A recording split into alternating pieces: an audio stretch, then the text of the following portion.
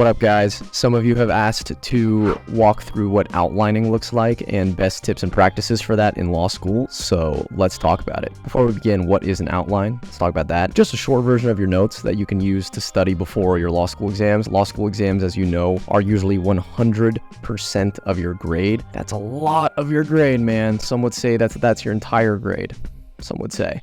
And obviously grades are important in law school because that leads to better job opportunities and prestigious clerkships, pivoting into business, or just bragging rights of being happier about yourself and your performance. And listen, you're paying a lot of money for law school. I think you owe it to yourself to perform well. So let's talk about some best practices for outlining, and we'll walk through a couple of examples too. We're going to start with this contract outline example that I pulled from the library of outlines at my 1L school, NYU, and this is for contracts. Just at a high level, let's note a couple things. First of all, the format of this outline, as you can see, it's a lot of text. Just line after line after line of text. When they get into the actual outlining of cases, they do a pretty standard format here for outlines, which is the case name, relevant facts of the case, the holding or the reasoning of why the case is relevant or special. This is the most important part. And potentially any rules that have developed or been created in the legal realm doctrinally from that case, right? Again, that's the most important part of the outline is the reasoning of the case and then any special rules that were created therefrom. That's what you should expect to do when you outline. I'll note,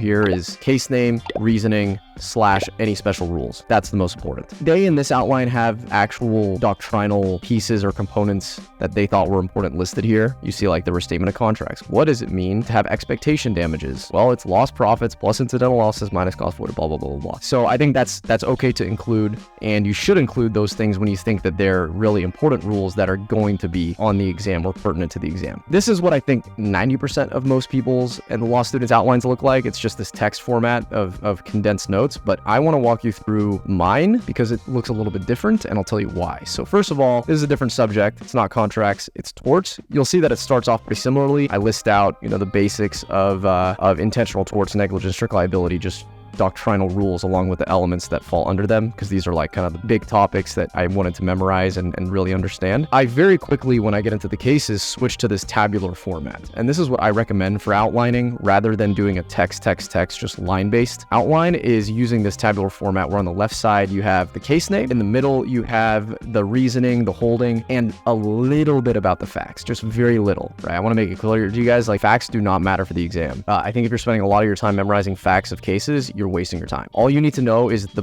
basic relationship between the parties of the case, and then take that and spin it out into the broader reasoning and holding and memorize that piece. The reasoning and the holding, the rules coming out of the case, that's the more important thing that you need to understand for the exams, not the facts. So you'll see in here that I have very little about factual information about each case. So that's the middle column, right? That's the meat. It's the reasoning, it's the holding, it's potential rules that you're learning. And then on the right side is notes. And these kind of vary, like some cases I don't have any, some cases I have a couple of them, but it's just kind of any like special qualifications you want to add for yourself to clarify your understanding of the case, or maybe your professor brought up like some unique point about doctrine that you want to include. I think that using this tabular format is much easier for your brain to absorb all of the information, because this is a lot of stuff you're going to be cramming in your brain. When I look at this, I see a much cleaner product and something to easily absorb relative to this. This just looks like a block of text staring me in the face. And in some ways, this is like what your notes look like. I think like an outline should be distinct from your notes. It shouldn't just be a shortened version. So I recommend doing the tabular style here. That's basically it on the general outline. For timing, I would recommend starting your outline right at the middle of your semester. That'll give you enough time to hopefully finish your outline 2 to 3 weeks before your exams, which leaves the rest of that time to just review your outlines over and over. In a perfect world, you memorize them, but I know that that's somewhat of an unreasonable ask for most people. But listen, I scored at the top of my class at NYU and Harvard, and that's what I did. There's no excuse for the hard work that can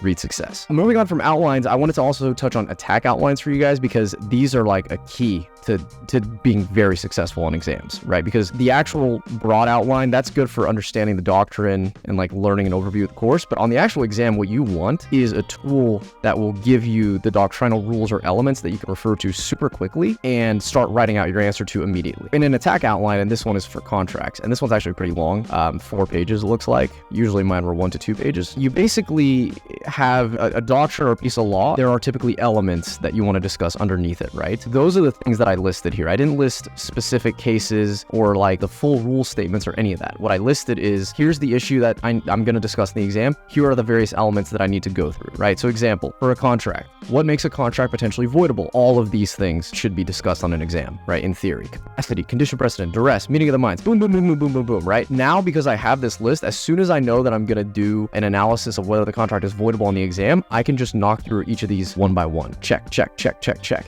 And it makes it that much faster, right, on the exam, rather than if I were to look through my big outline and then go through like page after page. Okay, I'll hit this issue. Okay, I'll hit this issue. This is a very easy tool that you can make while you're writing your general outline that I think could be super helpful on the exam. And ultimately, look, the exam is a game. You can have the best understanding of contract law, but if you don't hit all of these elements or a bunch of these different points, then you're going to score relatively less well than your peers, and you might end up with like a B+, when in reality, you have an A+ understanding of the subject. So I think it's important to remember the gamesmanship element of these exams, and that's what an attack outline is addressing, right? It's helping you hit all these points as quickly as you can. All right, everybody, I hope that was helpful. Make sure to hit that sub button for future giveaways of my outlines and other resources to help you crush your academic career and performance, and be well.